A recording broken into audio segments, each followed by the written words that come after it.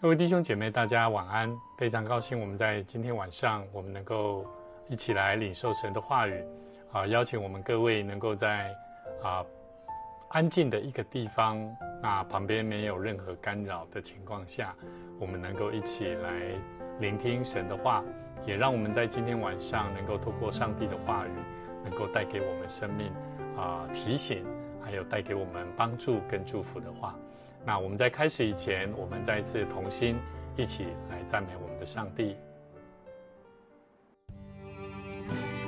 愿我们一起在上帝圣灵的感动里面得着全新的生命。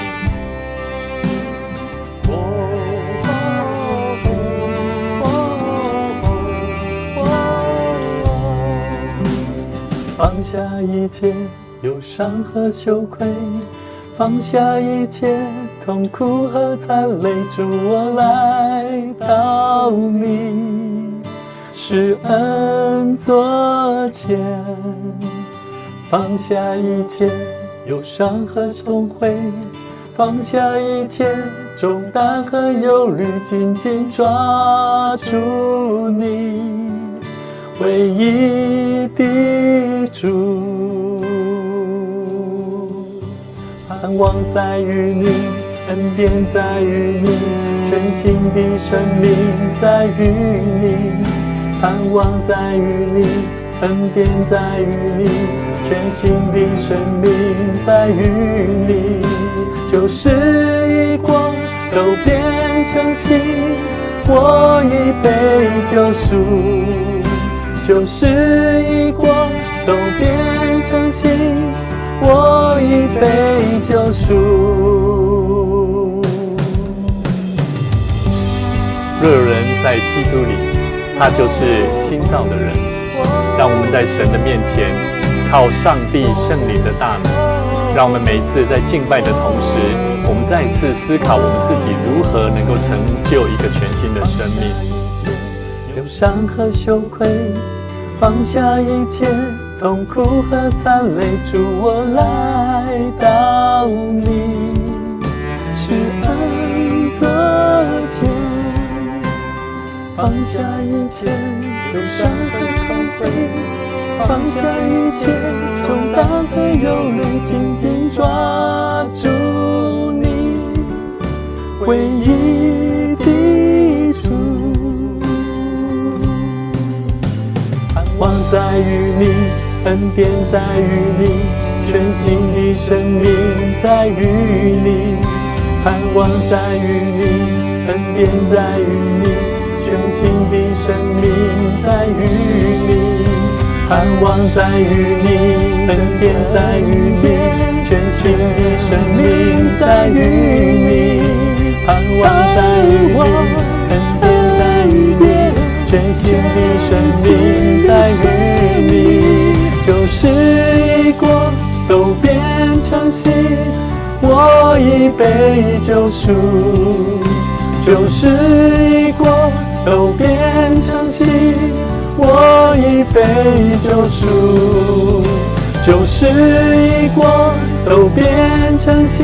我已被救赎，旧事已过都变成新，我已被救赎，旧事已过都变成新，我已被救赎，旧事已过都变成新，我已被救赎。哦哦哦哦，盼望在于你，恩典在于你，全新的生命在于你。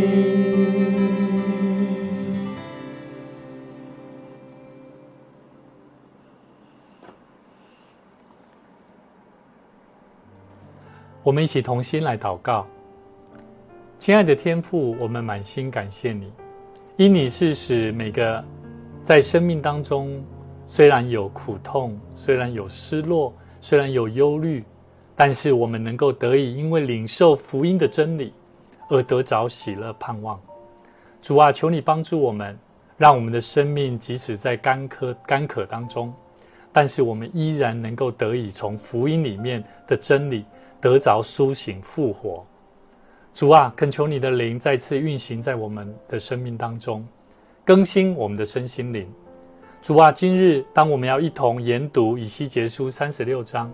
我们恳求圣灵再次来光照我们的生命，使我们能够看见你生命的恩典，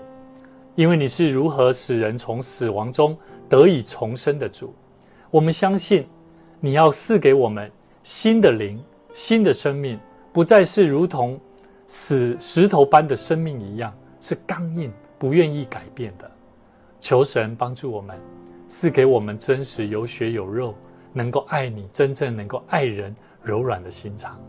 我们也恳求你赐下宝贵的智慧，使我们不仅能够听见你的话，更能够在生活当中得着新圣灵的更新的生命。奉主耶稣基督的名来祷告，阿们。弟兄姐妹，大家晚安。很高兴能够在今天晚上我们一起再一次来分享神的话语。最近这个 iPhone 17很多人都在风靡手机出了新的型号，那旧的手机马上就会被人家嫌弃。那汽车每一年我们都会希望透过不同的方式，有人他会因为某一个功能某一个性能的差比较不好，他就会去换个新车。那甚至有些时候我们用久的锅子可能用20-30年了也够了，我蛮常听到的也够了。那我们看到有新的这个 IH 电子锅煮出来的饭饭会更好吃，更 Q 更香。那也有人心里会想说那是不是就来换一个？旧换新的念头在我们生活当中，我们都希望能够追求有更好的生活的品质。我们努力工作，我们也期待生命能够不断的能够透过薪水的增加，能够帮助我们的生活的品质能够得到更好的改善，进到一个更新更好更有活力的境界。但是亲爱的各位弟兄姐妹，我们有没有发现我们的心我们的生命有没有常常也是被这样子能够被让人家能够期待，甚至我们也期待着想要换新我们时常都会希望别人能够改变，但是很少我们会去看到我们自己。所以有很多时候二十几岁的年轻朋友都带着非常好的理想30岁带着冲劲，那40岁50岁以后开始面对生活，面对家庭工作，开始就有点没有什么动力，改变的动力。我们时常在感叹，为什么我们的人生会变成这样，好像是生锈了一样人说走味的咖啡各位弟兄姐妹，今天牧师要用一个主题来跟大家分享，上帝的灵跟更新的生命到底有什么样子的关系？在我们生命里面，我们要如何透过神的话，我们要如何透过神的话来帮助我们，让我们的生命能够不断的被提醒，被教导。我们一起来看今天的圣经节，在以西结书36章第1节，我们一起同心一起来看今天的圣经节。上主说，必朽的人你要向以色列的群山传达我的信息，告诉他们要听我至高的上主这样说。以色列的敌人曾经幸灾乐祸地说，那些古老的山岭都归我们了，所以你要说预言，宣布我至高的上主这样说。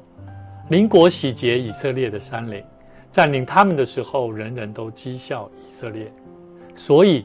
你们这些大山小山溪流山谷，被弃的废墟和被邻国洗劫侮辱的荒城你们都要听我至高的上主对你们说的话。我至高的上主在烈怒下斥责邻国，尤其是以东，他们兴高采烈目中无人地占领我的土地，并吞了我的草场。所以你要对以色列的土地说预言，要告诉大山小山溪流山谷，我至高的上主因他们被列国百般侮辱而发烈怒。所以我至高的上主郑重地举手发誓说，你的邻国一定要受侮辱。但是以色列的群山啊，你们的树木要再度茂盛，为我的子民结出果实。我的子民啊，你们很快就要返乡了，我要支持你们，保证你们的土地将会再耕犁播种。我要使你们的人口增加，你们要住在城里，重整家园。我要使人知道牲畜都兴旺，你们会多子多孙，人口比从前更多。我要让你们住在从前住过的地方，使你们比从前更繁荣，这样你们就知道我是上主。我的子民以色列啊，我要领你们回来，让你们重新住在以色列的土地上，它将成为你们自己的土地，不再让你们的子女挨饿。我至高的上主说，人民说这块土地是吃人的，是亡国丧民的土地，但是从今以后，这块土地不会再吃人，不会再使你们绝子绝孙。我至高的上主这样宣布了。这块土地不会再使你们被外国人辱骂讥笑，也不会再使你们亡国丧民。我至高的上主这样宣布了。上主对我说，他说，必朽的人啊，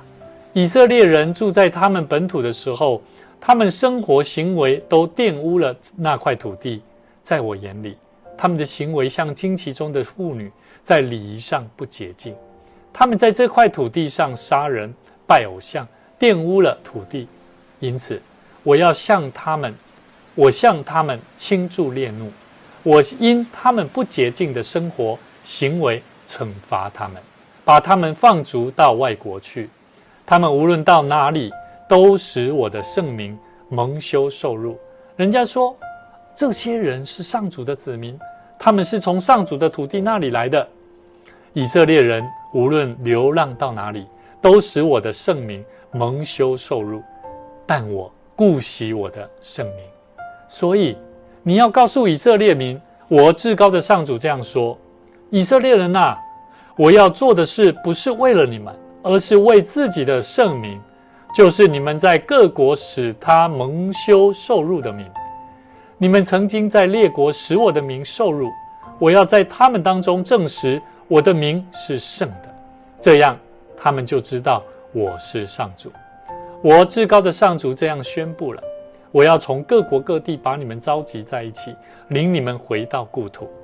我要用清洁的水洒你们，清洁你们一切的污秽，除掉你们所有的偶像。我要赐给你们新的心，新的灵。我要替你们换心，把像石头一样坚硬的心除掉，换上一颗有血有肉肯服从的心。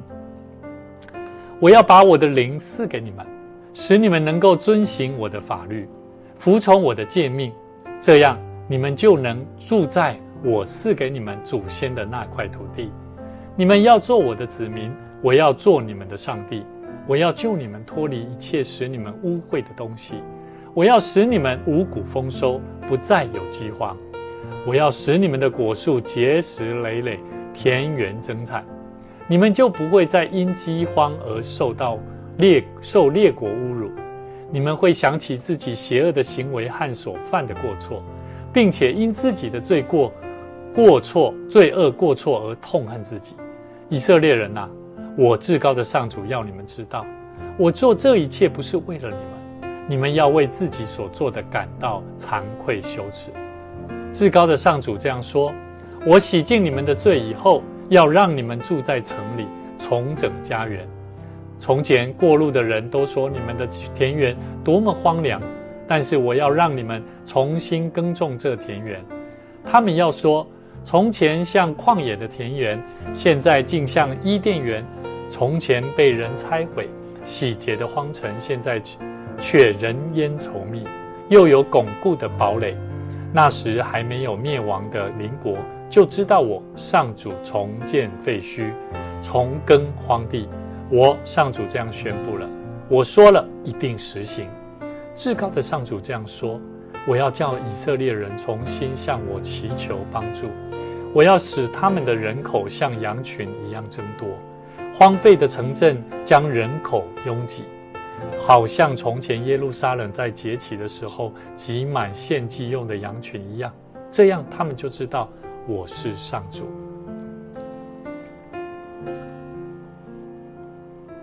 各位弟兄姐妹，我们所看的这一本以西结书，这本圣经不是一本古老的故事书而已，它是上帝写给我们每一个人的情书，也是每一个他对我们的生命有一个非常明确应许的一本书。以西结书是一个在绝望黑暗当中所发出一个像破晓的曙光的讯息的一本书。当以西结说这些话的时候，以色列百姓他们正经历着历史当中最黑暗的时刻，也就是被抓到、被掳到巴比伦。当时候他们的圣城耶路撒冷被毁，圣殿变成废墟一样，他们引以为傲的拥有的一切都变成了灰烬。他们觉得上帝是不是抛弃他们了？他们的生命、他们的国家、他们的信仰是不是 game over？ 各位弟兄姐妹，他们的心就像我们今天所看的圣经节26节所说的石头心一样， Stone heart， 硬邦邦，是没有感情的，没有回应的，冰冷的，麻木的。我觉得从以色列人民在生命当中进到一个非常低潮绝望的时候，上帝透过先知以西结宣告了一个大更新生命的计划。而这个计划不是要百姓靠自己努力爬起来，而是上帝要亲自出手的一个举动。我们一起来看今天的圣经节，在22节到24节，圣经里面怎么说？圣经里面24节到24节特别提到，我至高的上主这样说，以色列人啊，我要做的事不是为了你们，而是为了自己的圣名，因为就是你们在各国使我的名蒙羞受辱的名啊。所以各位弟兄姐妹，我们都知道上帝的更新不是因为我们表现好或坏，而是因为他爱我们，他不希望我们因为我们自己所犯的错误而让他的名蒙羞啊。所以上帝希望借着更新我们的生命，而让更多的人知道他才是那位独一的真神。也就是说，如果我们的生命不是被上帝所更新的，怎么来？从很简单的，我们的生命会若真的领受真理，应该要怎么样？应该是要被更新的嘛。那如果我们的生命有被神的话更新，就会怎么样？就会让别人知道。牧师不是说我们从神的真理得着，我们要让人家知道，我了解圣经哦，我知道哦，不是这个，不是说让人家知道我了解圣经，不是，是要让人家知道说我从圣经里面得着的生命的真理，我的生命会更新啊。我的生命更新之后，你感觉得到啊。所以我们很多时候我们要告诉人家上帝有多好，上帝有多真实，很多时候我们不敢，我们不愿意，甚至我们不了解，我们也不想要这么做。我们宁可在神的话语里面去钻研，去明白，但是我们在跟人，在跟群体的互动当中，我们却很难让人家看出你的神在你身上行了更新的生命啊。所以各位弟兄姐妹，我觉得上帝我们认识的信仰不是一个形而上的信仰真理，而是上帝是为了他的名，会希望从我们的生命当中带来真实的改变更新的行动。圣经25节说，我要用清洁的水洒你们，洗掉你们一切的污秽，除掉你们所有的偶像。各位弟兄姐妹，神会赦免我们的罪，我们有许多污秽的事，我们有许多偶像、电视节目、3C 产品、好，我们所喜欢的事物，我们喜欢的人，喜欢的环境，我们很多的偶像，我们不晓得我们已经得罪了神，因为那些人那些东西比神还要来得重要。各位弟兄姐妹，早上起来的时候，我们一定会做一件事情，叫做洗脸、刷牙、洗脸。为什么要刷牙洗脸？刷牙洗脸就像是要把前一天晚上我们睡觉皮肤是会分泌一些不好的脏污啊，所以要洗脸嘛。所以洗完脸的时候，你会发现，精神气爽，怎么样？就很有活力。同样的，神在今天25节说，要用清洁的水洒你们，洗掉你们一切的污秽，除掉你们所有的偶像。我们的生命要不断的内省，求神圣灵来不断更新我们的生命。26节到27节说，换心跟赐下新的灵。各位弟兄姐妹，圣经节26到27节也是我们整段圣经节当中的核心价值。上帝要把我们的石头心拿走，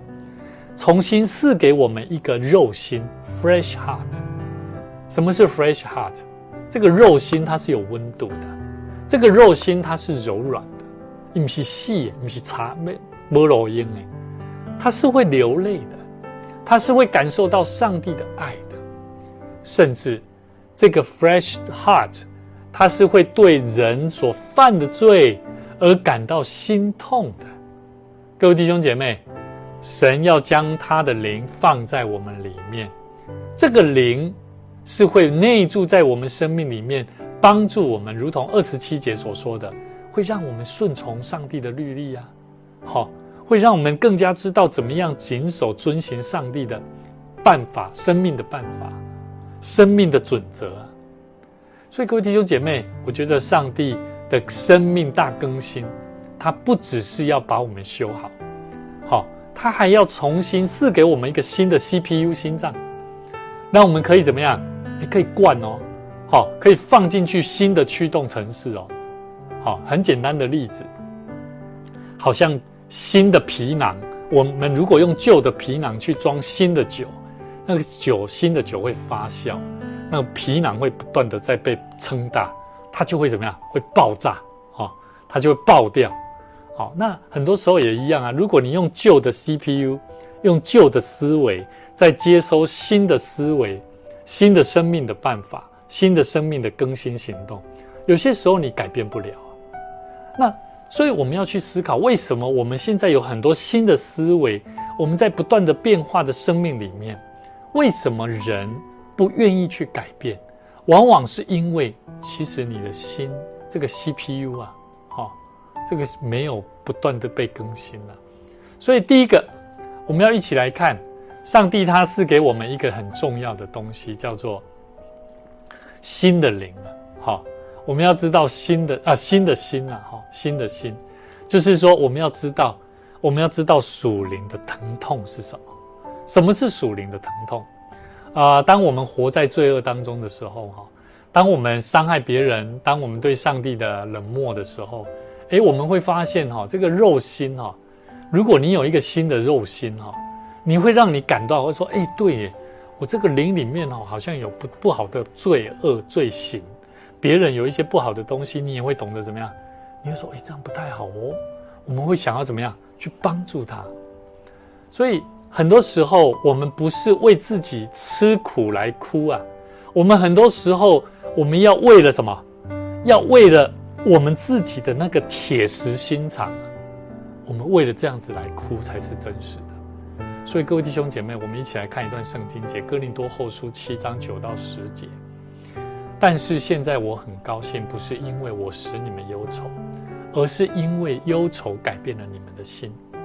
上帝善用你们的忧愁，因此可以说我们所做的并没有伤害你们。上帝用忧愁改变人心，使人得救，这是用不着后悔的。可是属世的忧愁会使人死亡。所以各位弟兄姐妹，如果你的教会里面有弟兄姐妹，他们会为了某一件人的生命没有改变，而在那里会去指导，会去甚至指责，甚至会去说，会去期待说我们要去提醒他，其实没有不好啊。他时常为了这些人在忧愁，他有这样子的心，我觉得上帝就是用这个忧愁在改变人的心啊。改变谁？不只是这个担忧的人哦，也是让这一些聆听的人，说我不晓得我自己有这样的问题，原来他这样子在说，我可以尝试的去听看看。所以各位弟兄姐妹，如果现在你正在为了教会的问题需要改变的事，需要调整的事情，或者是你自己自身无法改变这一切的情况，你为了这些事情而感到忧愁，牧师要鼓励你，不要忧，不要气馁，不要难过，也不要动怒。牧师也期待你不要因为这样子就认为说这间教会没救了，也不用，因为神的教会，神亲自会管教。重点在你在领受这样子的忧愁的时候，是属世的忧愁，还是上帝希望透过你的忧愁来让你看更多的事情，来帮助教会，甚至帮助人。所以各位弟兄姐妹，我们如果遇到类似这样的事情，牧师要鼓励各位不要气馁，不要难过，也不要动怒，因为一切会破坏彼此关系的恼怒行为啊，真的没有办法成就上帝的心意。所以牧师有一个非常深刻的感触，过去我也曾经为了自己的侍奉工作，给自己旁边的同工有许多的压力，甚至指责。但是后来我想一想，我发现我的忧愁忧虑真的是属世的忧虑，我并不是站在神的眼光在看啊。所以求主怜悯我们，我们需要每一天花一点点安静的10分钟的时间，我们先求上帝圣灵的光来光照我们，感动我们的心。我们不要只是好像每天好像在报告流水账一样，报告给上帝听啊，要安静下来。我们真的要安静下来，问神说：主啊，今天我的心在哪里冷淡了？我对谁失去爱心了？我讲了哪些话让人家受伤了？求神怜悯我们，让这个属灵的哀伤疼痛来引导我们的生命走在一个真正悔改的生命里面。第二个，今天的经文告诉我们，神的话提醒我们，神要赐给我们新的灵，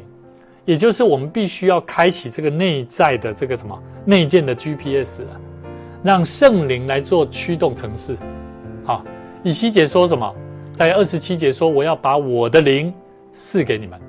使你们能够遵行我的法律，服从我的诫命。你如果没有要打开这个内建的 GPS， 让圣灵来带领你，好像驱动程式一样带领你去走应当遵守的律法，生命的典章，你会发现我们的生命会走得非常坎坷。就算坎坷当中你会觉得很懊恼，就算坎坷当中你会觉得为什么你的生命那么不如人。各位弟兄姐妹，上帝创造我们生命是非常的美好的。当这个新的灵在我们生命里面，他不会带你走一条舒适的路了，但是他会带你走一条真正可以抵达目的地的路。因为我们要走这条路，我们还是要靠自己来走自己来走还是会怎么样？难免有些时候会走错了方向，走错路，走错了弯道嘛。但是他还一样会告诉我们如何走回来。所以各位弟兄姐妹，圣灵一样，当我们在工厂，当我们在同事之间，在同学之间，当我们听到八卦，听到人的一些是非，圣灵会轻轻的也在提醒我们，这不是上帝喜悦的，你不需要多听。好好的在神的面前求神帮助我们，不要顺着情欲来走，我们就是走在圣灵的里面。加拉太书里面第5章16节到21节说，我说你们当顺着圣灵，顺着灵而行，就不放纵肉体的情欲了，因为情欲和圣灵相争，灵和情欲相争，这两个是彼此相敌，使你们不能做所愿意做的事。但你们若被灵引导，就不在律法以下。情欲的事都是显而易见的，奸淫、污秽、邪荡、拜偶像、邪术、仇恨、争竞、记恨、恼怒、结党、纷争、异端、嫉妒、醉酒、荒宴等类。我从前告诉你们，现在又告诉你们，行这样事的人必不能承受上帝的国。所以各位弟兄姐妹，什么是新的灵？什么是圣灵同在的生命？很简单，以上我们看的加拉太书里面的经文，什么是我们正在做情欲的事？很多时候我们为了一件事情，我们觉得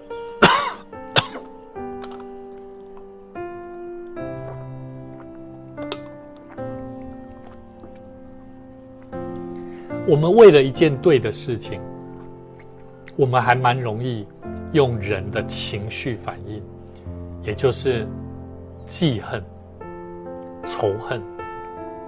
争竞、恼怒、结党、纷争，甚至最后产生出异端的方式来表达我们内在情绪上的不满。我们以为我们透过这些表达来表达神的真理，但是这些都不属圣灵的工作。圣灵的工作就是圣灵是跟情欲是互相是不一样的。所以各位弟兄姐妹，我们要在神的面前，我们要活出一个什么样的行为？我们要随时祷告的习惯。在你做每一件决定的当中，在你每次开口说话每一句话以前，你先问问你自己，圣灵啊，我要怎么做？我要怎么做啊？我们不要只是在吃饭前祷告，我们在祷告当中成为上帝与圣灵好像是即时连线一样。当我们遇到有人他说话，可能他在生气了，我们很多时候我们会迎合他哦，很多时候我们好像是跟着他在走哦，但实际上我们也跟着他在做情绪的反应的发泄。求神怜悯我们，这些都不是属神的。我们需要做的是站在神的眼中，好好了解圣灵新的灵在我们生命当中会带给我们是不一样，哪些不一样的地方。最后我们要知道，我们要有新的生活。我们从今天的圣经节35节从33节开始，好，32节，我们以色列我至高的上主要让以色列民知道，他所做的不是为了你们，你们要为自己所做的感到惭愧羞耻。至高的上主这样说，33节，我洗净你们的罪以后，要让你们住在城里，重整家园。哇，这句话我觉得是一个带给我们极大的恩典。圣经里面从29节到38节，上帝不断的应许，要使那个荒凉的土地，要让它重新像伊甸园一样。35节里面他讲到一个非常好的应许，田地要多产，城镇要恢复，百姓要大大的增加。这个从羞辱、被掳、荒凉到荣耀、丰盛跟复兴的转变，哇，让我看到教会也是可以这样啊，不是吗？有很多基督徒，我们很多时候活在好像隐藏信仰是我跟神关系就好了，但是我们忘记我们要怎么样去实践主耶稣的教导，说你们要去使万民做我的门徒，奉三位一体的神的名给他们施洗。注意哦，使万民做我的门徒。我们要怎么使万民做神的门徒啊？难道不就是让我们的生命是真实的有更新吗？在职场上人家看不出你是信耶稣的，在家庭里面我们的品格跟隔壁没有信主的人也看不出有什么差别。我们在教会里面我们分享神的话语，我们跟外面的人实际上是一样的，只不过你懂圣经的话，但是你的生命却没有让人感受到温柔，没有让人感受到爱，没有让人感受到体谅，没有让人感受到怜悯，没有让人感受到盼望。求主怜悯我们。牧师很多时候在传递神的话语教导里面，有些时候也会带给让信徒感受到不舒服的心。我时常在神的面前说，主啊，怜悯我。但是我要恳求神帮助我，帮助我们每一位弟兄姐妹，当他们领受到，当我们每一次领受到神的真理，真的能够如同今天我们所看的35节一样，荒地城的恢复、改变跟丰收，为的就是要让我们的生命品格重新结出丰盛的果子一样，要让人家看见你，就像那看到一块从来没有水，然后重新好像非常的丰富，得着很丰富肥沃的土地一样。各位弟兄姐妹，新约的真理我们刚看的加拉太书第5章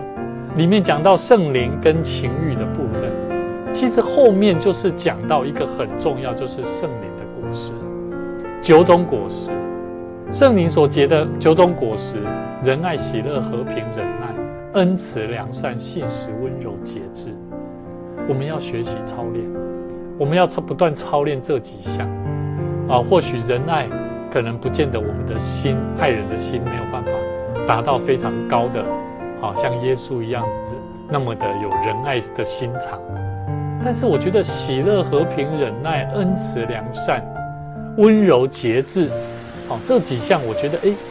似乎还是可以我们还可以努力看看信实的部分我们也是尽力的在努力，求神帮助我们在操练9种果实当中的品格，